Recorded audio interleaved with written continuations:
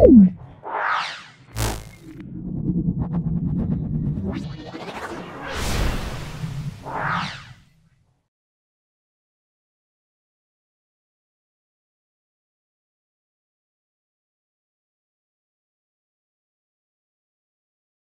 নম্বর school Bidhannagar government high school. দেখো ভিডিওটা প্রথম থেকে অবশ্যই অত্যন্ত কার্যকারী ভিডিও। দেখো চলে এসো গ্রুপ এর প্রথম প্রশ্ন। 15 ডিগ্রি সেন্টিগ্রেড তাপমাত্রায় অক্সিজেন গ্যাসের বাষ্প ঘনত্ব 16। 70 ডিগ্রি সেন্টিগ্রেড তাপমাত্রায় বাষ্প ঘনত্ব কত হবে? বাষ্প ঘনত্ব উষ্ণতা ও চাপের পরিবর্তনে কোনো পরিবর্তন হয় না। উষ্ণতা ও চাপের পরিবর্তনের জন্য বাষ্প ঘনত্ব কোনো পরিবর্তন হয় না। তাহলে এখানে আমরা যেটা আসছি যে তাপমাত্রা পরিবর্তন করা হচ্ছে, বাষ্প ঘনত্ব একই থাকবে, তাহলে এটা সবসময় এ হবে 16ই হবে। পরেরটা দেখে নাও, একই পদার্থের একই ব্যাসার্ধের দুটি গোলকের একটি ফাঁপা অন্যটি নিরেট উভয় তাপমাত্রা বৃদ্ধি করলে ফাঁপা গোলকের প্রসারণ বেশি হবে, নিরেট গোলকের প্রসারণ বেশি হবে, উভয় গোলকের প্রসারণ একই হবে। উভয় গোলকের প্রসারণ কিন্তু একই হবে, তাহলে অপশন সি আমরা বলবো উভয় গোলকের প্রসারণ একই হবে। কোনো পদার্থের দৈর্ঘ্য অর্ধেক করলে রোধাঙ্ক দৈর্ঘ্য অর্ধেক করলে রোধাঙ্ক কিন্তু একই থাকবে।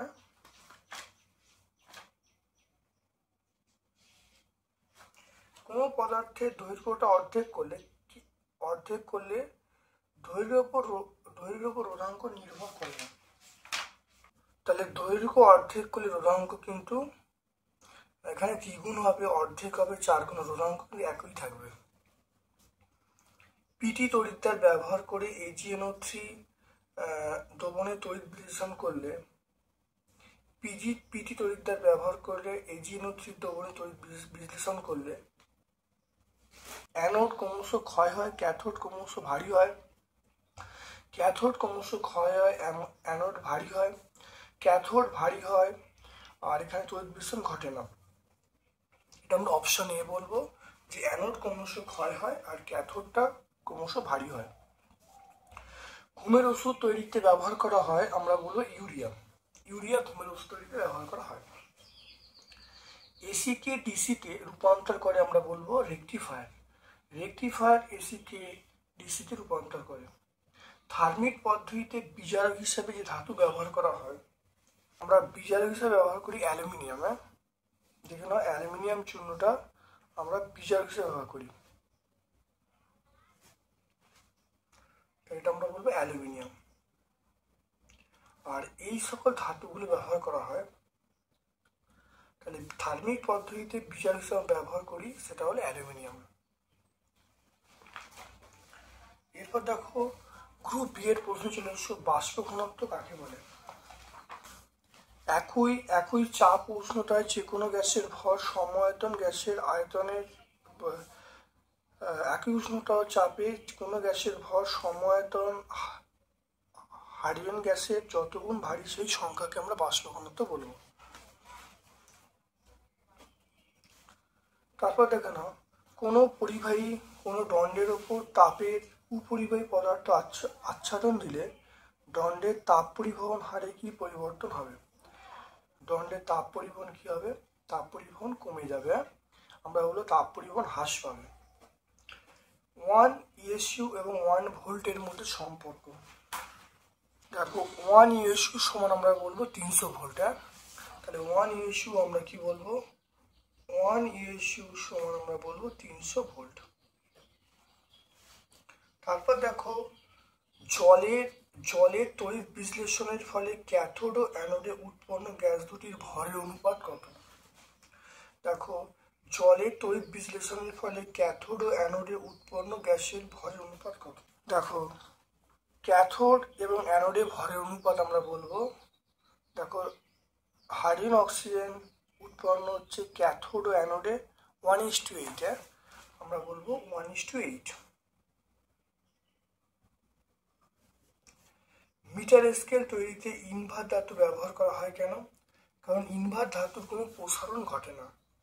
তাহলে ইনভার ধাতুর যে দৈর্ঘ্য প্রসারণ গুণাঙ্ক, তাহলে ইনভার ধাতুর কোনো মানে যে কোনো উষ্ণতায় যে কোনো তাপমাত্রায় ইনভার ধাতুর প্রসারণ ঘটে না, সেই জন্য আমরা মিটার স্কেল ইনভার ব্যবহার করি। তারপর 30 ওহম রোধ বিশিষ্ট একটি পরিবাহী তারের মধ্য দিয়ে বলা আছে 10 অ্যাম্পিয়ার তড়িৎ পাঠালে কি হারে তাপ উৎপন্ন হবে? দেখে নাও, আর এর মান বলা আছে 30 ওহম, আই এর মান বলা আছে 10 অ্যাম্পিয়ার, এই সমান আমরা বলবো আই স্কোয়ার আর টি। তাহলে এইচ বাই টি মানে আমরা বলবো আই স্কোয়ার আর, আই এর মান কত 10, তাহলে 10 স্কোয়ার ইন্টু আর মানে 30, তাহলে 100 ইন্টু 30, এটা করলে কত হবে 3000 হবে। এর এককটা হবে জুল পার সেকেন্ড। তাহলে এক হাত দেখে নাও, তাহলে প্রসেসটা বুঝে নাও, তাহলে 3000 জুল পার সেকেন্ড।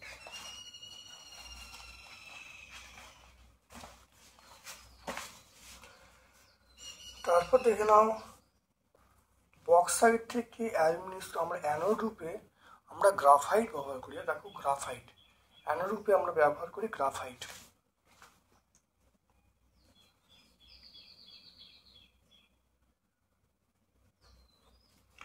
সিলভার নাইট্রেটে জলীয় দ্রবণে তড়িৎ বিশ্লেষণে কোন গ্যাস উৎপন্ন হয়? এটা আমরা বলবো অক্সিজেন গ্যাস উৎপন্ন হয়, আমরা বলবো অক্সিজেন গ্যাস উৎপন্ন হয়। লাইকার অ্যামোনিয়ায় অ্যামোনিয়ার পরিমাণ কত? দেখো 35% অ্যামোনিয়া থাকে, 35% অ্যামোনিয়া থাকে।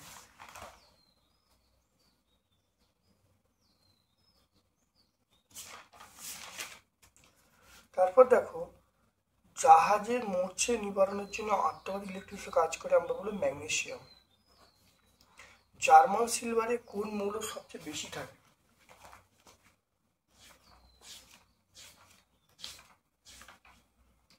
দেখো জার্মান সিলভারে দেখো কপারের পরিমাণ সবচেয়ে বেশি, সিউ। এর প্রশ্ন চলে এসো, ওহমের সূত্র বিবৃত করতে বলছে, এখান থেকে রোধের সংজ্ঞা দিতে বলছে।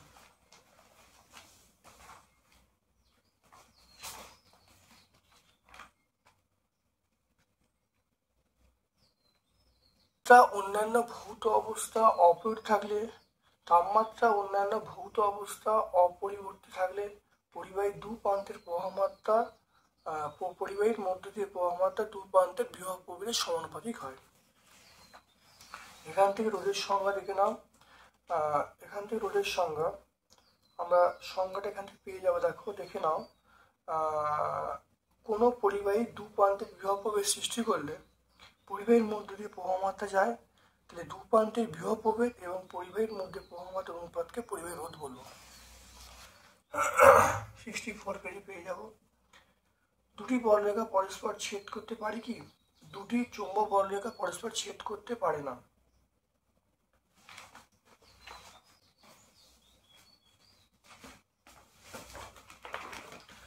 মনে রাখবে, দুটি চৌম্বক বলরেখা পরস্পর ছেদ করতে পারে না। ছেদ করলে ছেদ বিন্দুতে দুটো লব্ধি টানা যাবে, বাস্তবে দুটো লব্ধি সম্ভব না। আচ্ছা, ক্ষারীয় বায়ু বলতে দেখো পরীক্ষাগারে ক্ষারীয় বায়ু প্রস্তুতির শর্ত লিখতে বলছে। ক্ষারীয় বায়ু বলতে প্রথম মনে রাখতে হবে অ্যামোনিয়া। ক্ষারীয় বায়ু বলতে অ্যামোনিয়া। তাহলে অ্যামোনিয়া প্রস্তুতির শর্ত দেখে নাও।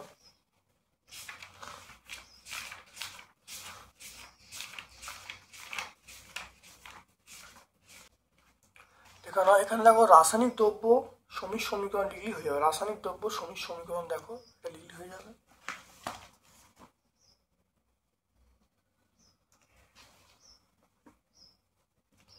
তারপর H2SO4 দ্বারা H2S কে শুষ্ক করা যায় না কেন? দেখো H2 শুষ্ক করা যায় না, কারণ এটা বিক্রিয়া করে যায়, বিক্রিয়া করে সালফার ডাইঅক্সাইড এবং জল উৎপন্ন হয়, এই জন্যই করা যায় না। তারপর দেখো সমীকরণ দিতে বলছে। দস্তার পাত্রে কপার সালফেটের দ্রবণ রাখা উচিত নয় কেন ব্যাখ্যা করতে সমীকরণ দিতে বলছে। দস্তার উপর কপার সালফেট,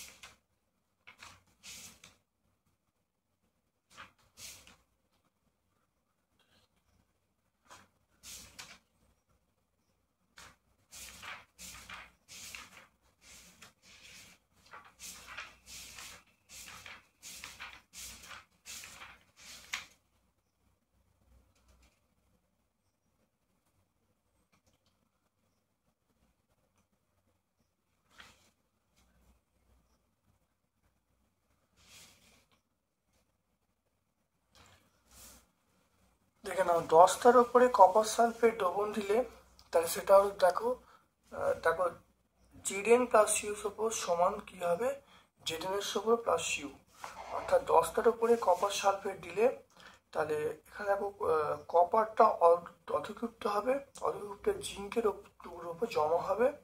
এখানে বিক্রিয়াটা আমি লিখে দেবো।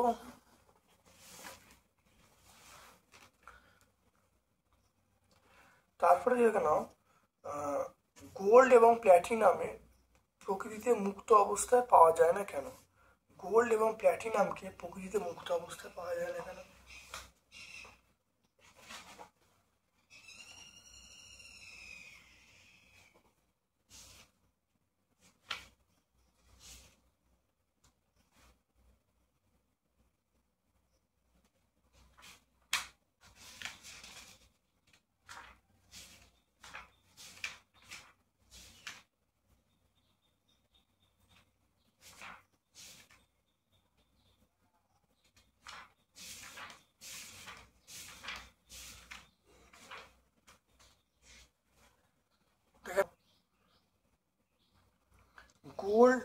গোল্ড এবং প্ল্যাটিনাম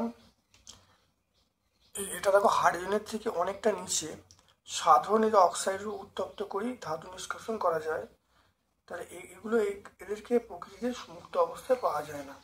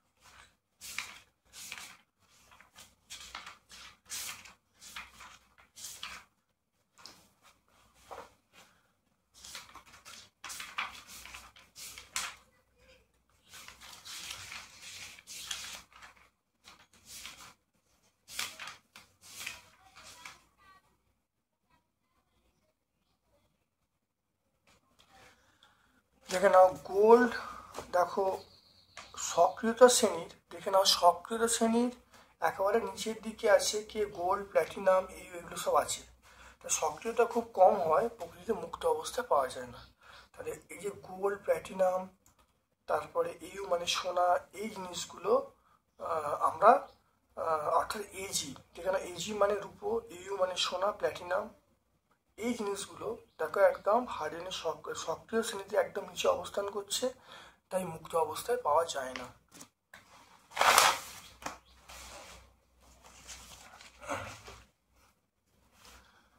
চলে এসো গ্রুপ ডি এর প্রশ্নে।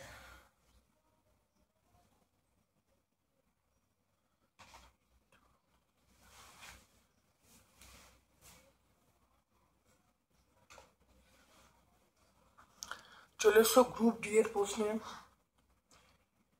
দেখে নাও CaCO3 সঙ্গে লঘু HCl বিক্রিয়া করে CaCl2CO2H2 উৎপন্ন হয়।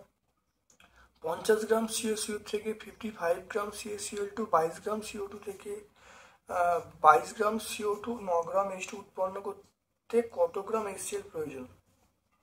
প্রয়োজনীয় HCl এর মোল সংখ্যা নির্ণয় করতে বলছে।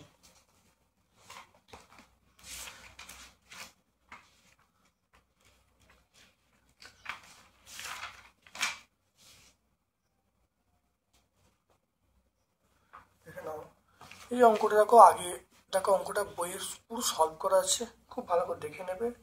একই অঙ্ক, একই সব, ভালো করে দেখে নেবে। দেখো 6 অঙ্কটা।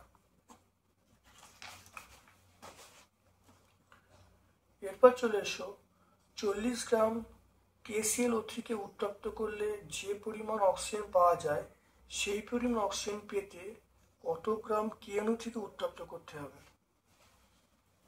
KCl হবে প্লাস অক্সিজেন হবে।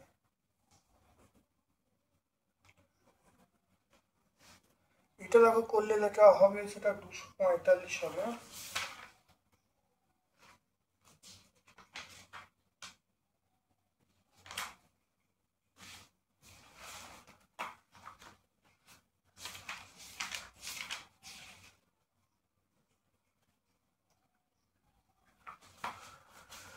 এখানে 2 ইন্টু 39 প্লাস 35.5 প্লাস 3 ইন্টু 16, এটা করলে হবে 245 গ্রাম। আর অক্সিজেন মানে অক্সিজেন এখানে এটা 3 হবে, এটা 3 ইন্টু 16 ইন্টু 2, এটা গ্রাম, এটা হবে 96 গ্রাম।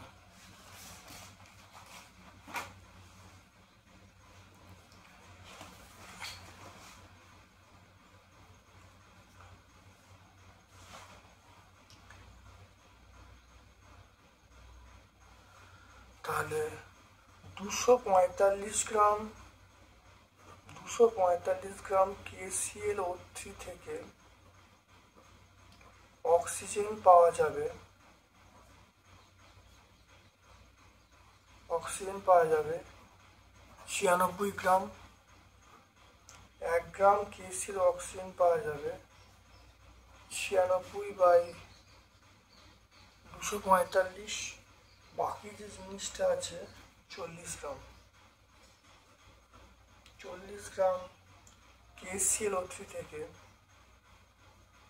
তাহলে 96 ইন্টু 40/245 গ্রাম।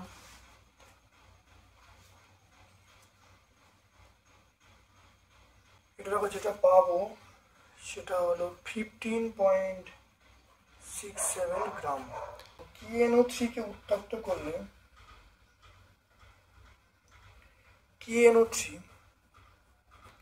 KNO3 কে উত্তপ্ত করলে যেটা উৎপন্ন হবে, KNO2 উৎপন্ন হবে আর অক্সিজেন উৎপন্ন হবে। এখানটা আমরা 2 দেবো।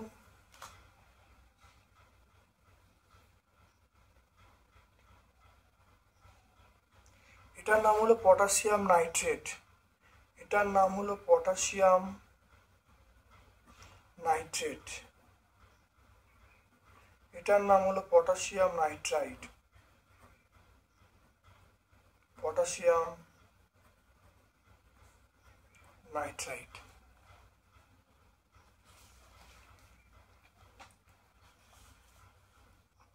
39 প্লাস 14 প্লাস আমরা কত বলবো, এটা 3 ইন্টু 16। এটা করলে দেখো যেটা আসবে আমরা বলবো 101 বলবো।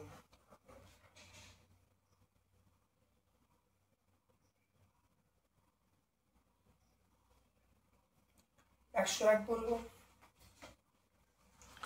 আর অক্সিজেন মানে আমরা বলবো 2 ইন্টু 16 মানে 32। তা দেখে নাও, তাহলে 32 গ্রাম অক্সিজেন উৎপন্ন করতে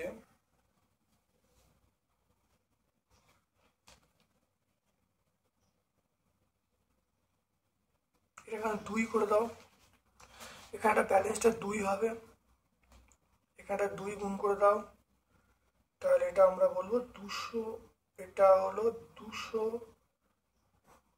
এটা করলে কত হবে 2 ইন্টু 101, এটা 202 আমরা বলবো, 202 গ্রাম। দেখতে পাচ্ছ, তাহলে 32 গ্রাম অক্সিজেন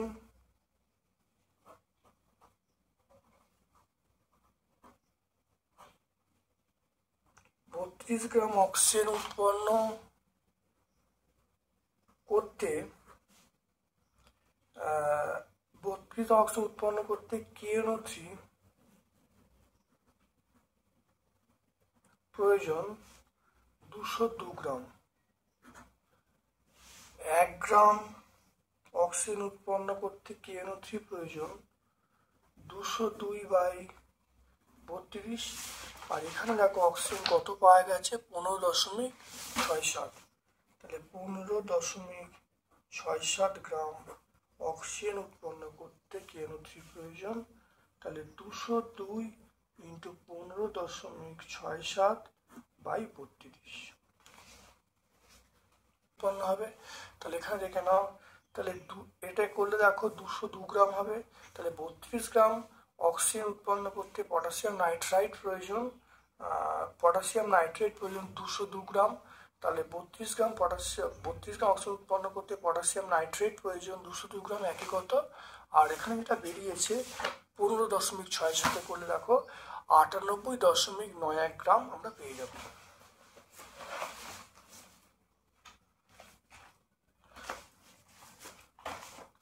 এরপরে চলে এসো, তরলের আপাত প্রসারণ গুণাঙ্ক কাকে বলে।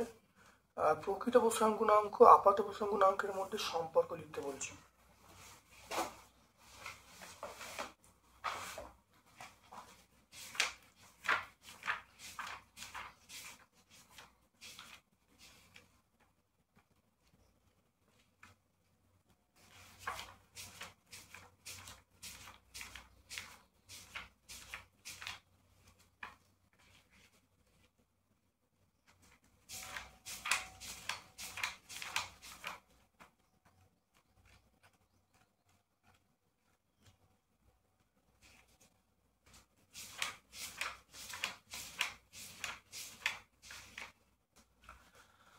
তরলের আপাত প্রসারণ গুণাঙ্ক অর্থাৎ কোনো তরল পদার্থের প্রতি একক দৈর্ঘ্য বৃদ্ধিতে যে একক আয়তনে আপাত প্রসারণ ঘটে তাকে আপাত প্রসারণ গুণাঙ্ক বলবো। এর মধ্যে সম্পর্ক দেখো, প্রকৃত প্রসারণ গুণাঙ্ক সমান আপাত প্রসারণ গুণাঙ্ক প্লাস পাত্রের প্রসারণ গুণাঙ্ক, গামার সমান গামায় প্লাস গামাজি। আচ্ছা, গ্যাসের আয়তন প্রসারণ গুণাঙ্কের মান কত, 1/273/°C। এরপর চলে এসো অথবা প্রশ্ন, তাপীয় রোধ বলতে কি বোঝো। তড়িৎ পরিবহন তাপীয় পরিবহনের মধ্যে সাদৃশ্য লিখতে বলছে।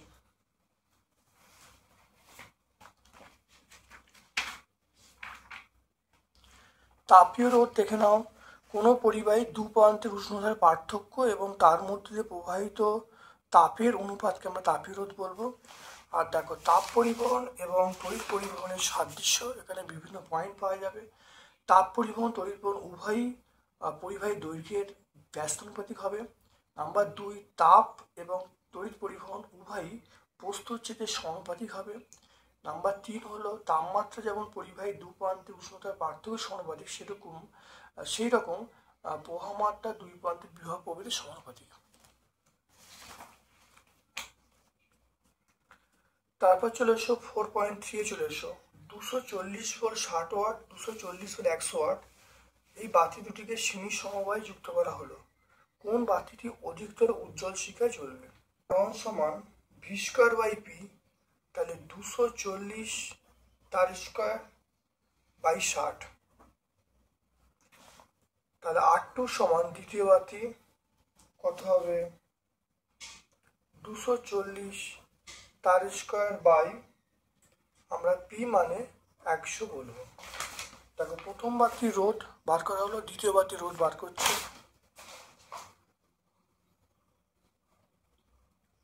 এখান থেকে দেখো আমি বলতে পারি, দেখো প্রথম বাতির দেখো তাহলে এখানে দেখো রোধ কার রোধটা বেশি? দেখো ওপরেই দেখো 240 আছে, প্রত্যেক 240, নিচে দেখো 60, এটা 100, তাহলে আমরা বলতে পারি R1টা বেশি। এই দুটো থেকে পর্যালোচনা আমরা দুটোতে দেখতে পাচ্ছি 240/60, 240 স্কোয়ার বাই 60, আর এখানে 240 স্কোয়ার বাই 100, তাহলে বোঝা যাচ্ছে যে R1টা এখানে বড়। R1টা আমরা বড় বলবো, R1টা বড়। তাহলে R1 যদি এখানে বড় হয় তাহলে আমরা বলতে পারি যে প্রথম বাতির যে ক্ষমতা সে P1 সমান আমরা বলবো I স্কোয়ার, আর দ্বিতীয় বাতির যে ক্ষমতা P2 সমান আমরা বলবো I স্কোয়ার R2। এবার দেখে নাও, যেহেতু এখানে R1টা বড় R2 থেকে, তাই আমরা বলতে পারি যে R1টা বড় R2 থেকে, তাহলে আমরা বলতে পারি P1টা বড় P2 থেকে। তাহলে এইটা প্রথম বাতিটা উজ্জ্বল শিখা জ্বলবে। অতএব প্রথম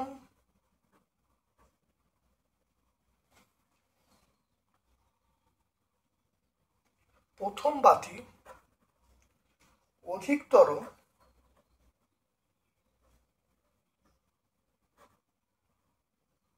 উজ্জ্বলভাবে জ্বলবে। দেখে নাও ভালো করে। তাহলে প্রথম দেখো R1 R2 করা হলো, এখান থেকে বোঝা যাচ্ছে R1টা বড় R2 থেকে। পাওয়ার মানে ক্ষমতা, তাহলে প্রথম বাতির ক্ষমতা P1 সমান I স্কোয়ার R1, দ্বিতীয় বাতির ক্ষমতা P2 সমান I স্কোয়ার R2। তাহলে দেখা যাচ্ছে যেহেতু R1টা বড়, তাহলে এই P1টা বড় হবে কার থেকে? P2 থেকে। তাহলে প্রথম বাতির ব্যয়িত যে ক্ষমতা সেটা বেশি হবে, অর্থাৎ বেশি উজ্জ্বল শিখা জ্বলবে। তাহলে প্রথম বাতিটা বেশি উজ্জ্বল শিখা জ্বলবে।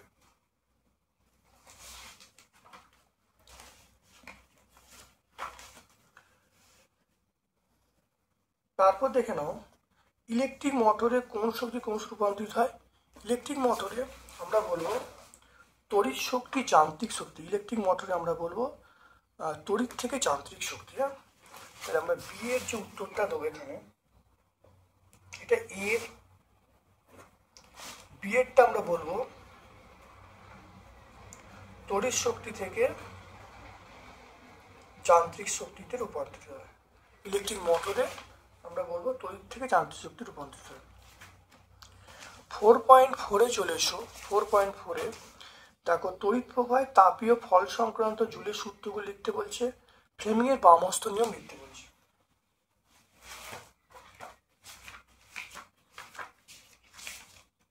এখানে জুলের 3টে সূত্র আছে, 3টে সূত্র ভালো করে বিবৃত করবে, 3টে সূত্র। আর ফ্লেমিংয়ের বামহস্ত নিয়ম চলে এসো। দেখো ফ্লেমিংয়ের বামহস্ত নিয়ম, বাম হাতে বৃদ্ধাঙ্গুষ্ঠ তর্জনী মধ্যমাকে পরস্পর সমকোণে রেখে প্রসারিত করলে তর্জনী চৌম্বক ক্ষেত্র এবং মধ্যমা তড়িৎ প্রবাহ নির্দেশ করে, তাহলে বৃদ্ধাঙ্গুষ্ঠ পরিবাহীর গতিরূপেও নির্দেশ করবে।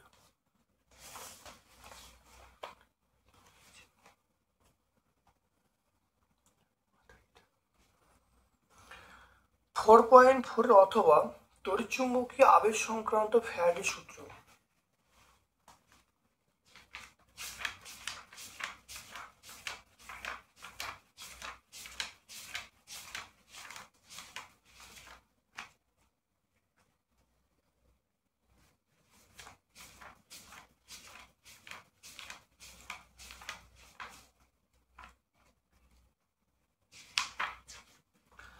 দেখো, তড়িৎচুম্বকীয় ভর সংক্রান্ত ফ্যারাডের দুটো সূত্র আছে। কোনো বদ্ধ কুণ্ডলীর সঙ্গে জড়িত চুম্বক প্রবাহের পরিবর্তন হলে কুণ্ডলীতে ইএমএফ আবিষ্ট হবে এবং তড়িৎ প্রবাহ চলবে। নাম্বার 2 হলো তড়িৎচুম্বকীয় আবেশের ক্ষেত্রে ইএমএফ মান আবেশের মান কুণ্ডলীর সঙ্গে জড়িত চুম্বক প্রবাহের পরিবর্তনের হারের সমানুপাতিক হবে।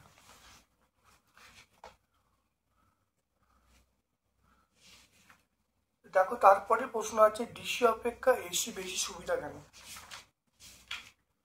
দেখে নাও, 1 নম্বর হলো এসি এবং এসি সরবরাহ বন্টনের শক্তি ক্ষয় কম হবে। নাম্বার 2 হলো এসির উৎপাদন ডিসি অপেক্ষা কম হবে। আর 3 নম্বর পয়েন্ট হলো ট্রান্সফর্মার অন্য যন্ত্র ব্যবহার করে এসি ভোল্টেজকে মানে প্রয়োজন মতো বাড়ানো কমানো যাবে। আর 4 নম্বর পয়েন্ট হলো উচ্চ কম্পাঙ্কের জন্য এসি অনেক দূর পর্যন্ত নিয়ে যাওয়া সম্ভব হবে।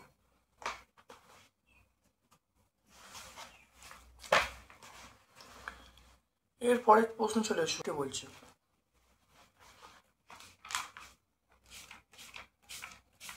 নিষ্কাশিত ধাতুতে বিভিন্ন অশুদ্ধি থাকে। তড়িৎ বিশ্লেষণ পদ্ধতির সাহায্যে অশুদ্ধ ধাতু থেকে অবিশুদ্ধ ধাতুগুলি থেকে অশুদ্ধিগুলিকে দূরীভূত করার নামই হলো তড়িৎ পরিশোধন বা তড়িৎ বিশোধন প্রক্রিয়া। এটাই মূলনীতি। তড়িৎ বিশ্লেষণ পদ্ধতির সাহায্যে অবিশুদ্ধ ধাতু থেকে অশুদ্ধিগুলি দূর করা এবং বিশুদ্ধ ধাতু তৈরি করা। তারপরে দেখো, লোহার চামচের ওপর সিলভারের প্রলেপ দিতে হলে ক্যাথোড, অ্যানোড এবং তড়িৎ পৃষ্ঠ হিসাবে কী কী ব্যবহার করবে। লোহার চামচের ওপর সিলভারের প্রলেপ। দেখো, লোহার চামচের ওপর সিলভারের প্রলেপ দিতে হলে দেখে নাও যে যার ওপর দিতে হবে, অর্থাৎ যে বস্তুটা দিতে হয়, লোহাটাকে আমরা ধরবো ক্যাথোড, আর সিলভার বা রূপোটাকে ধরবো সেটা অ্যানোড, আর তড়িৎ বিশ্লেষক হিসেবে আমরা ব্যবহার করব পটাশিয়াম আর্জেন্টোসায়ানাইড ব্যবহার করব। 126 পেজে পেয়ে যাব। লাস্ট প্রশ্ন চলে এসেছে, আজকের লাস্ট প্রশ্ন। স্পর্শ পদ্ধতিতে SO2 থেকে SO3 প্রস্তুতির শর্ত লিখতে বলছে, সমীকরণ লিখতে বলছে। উৎপন্ন SO3 থেকে কিভাবে সালফিউরিক অ্যাসিড উৎপন্ন করে যাবে।